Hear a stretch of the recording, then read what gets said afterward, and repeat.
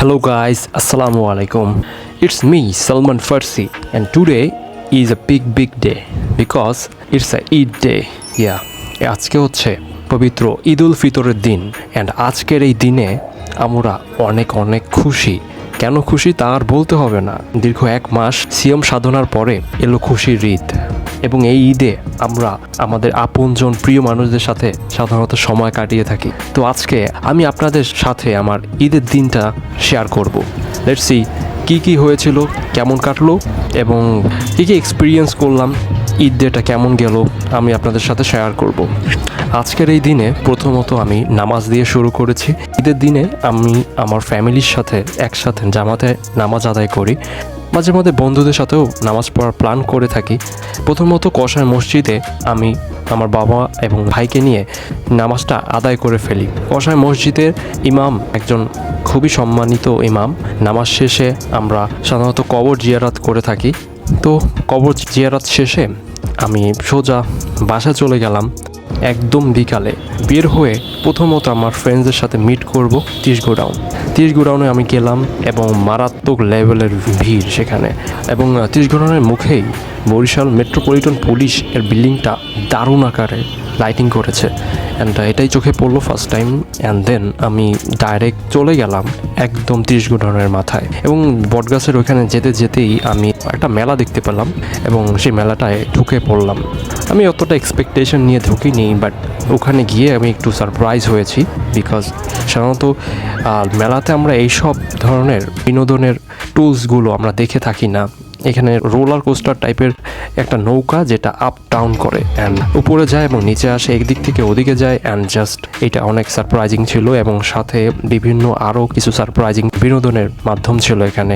নাগরদোলা থাকবে, এটা স্বাভাবিক, বাট এগুলো থাকবে সেটা আমি একটু সারপ্রাইজ হয়েছি, কারণ আগে এগুলো দেখা যেত না।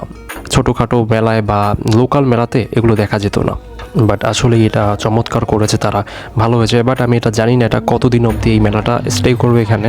ওকে, তারপরেই আমি চলে গেলাম 30 গোডাউনের ভিতরে, আমার ফ্রেন্ডের সাথে দেখা করলাম অ্যান্ড দেন কিছু ফটোশ্যুট করলাম এখানে। ওকে, অ্যান্ড দেন আমরা চলে গেলাম ডাইরেক্ট সেলফি রোডে। ভালো এনজয় করতেছিলাম টাইমটাকে অ্যান্ড আমরা নদীর পাড়ে সেই গমগমালা পরিবেশটায় জাস্ট গরমে সেদ্ধ হয়ে গেলাম।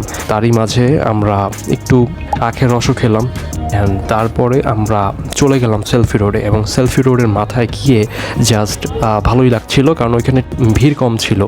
ওখানে গিয়ে হাঁটাহাঁটি করতে আমরা নদীর পাড়ের বাতাসটা ভালোই লাগছিল। তারপরে গিয়ে আমরা একটু সামনের ভিতরে ঢুকলাম, সেলফি রোডের ভিতরে গেলাম এবং সেখানেই দেখলাম একটা নতুন রেস্টুরেন্টের মতো কিছু হয়েছে। বাট হ্যাঁ, তারা খুবই সুন্দর কাজ করেছে।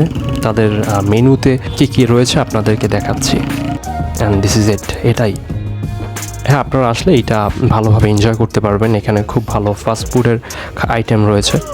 দেন আমরা হাঁটতে চলে গেলাম একদম বদ্ধভূমির এরিয়াটায়। ওখান থেকে অটো নিয়ে দেন ডাইরেক্ট চলে গেলাম বেলস পার্কে, এবং বেলস পার্কে যেতেই ওখানে যখন আমি গেলাম তখন ভিড়টা একটু কমে আসছিল।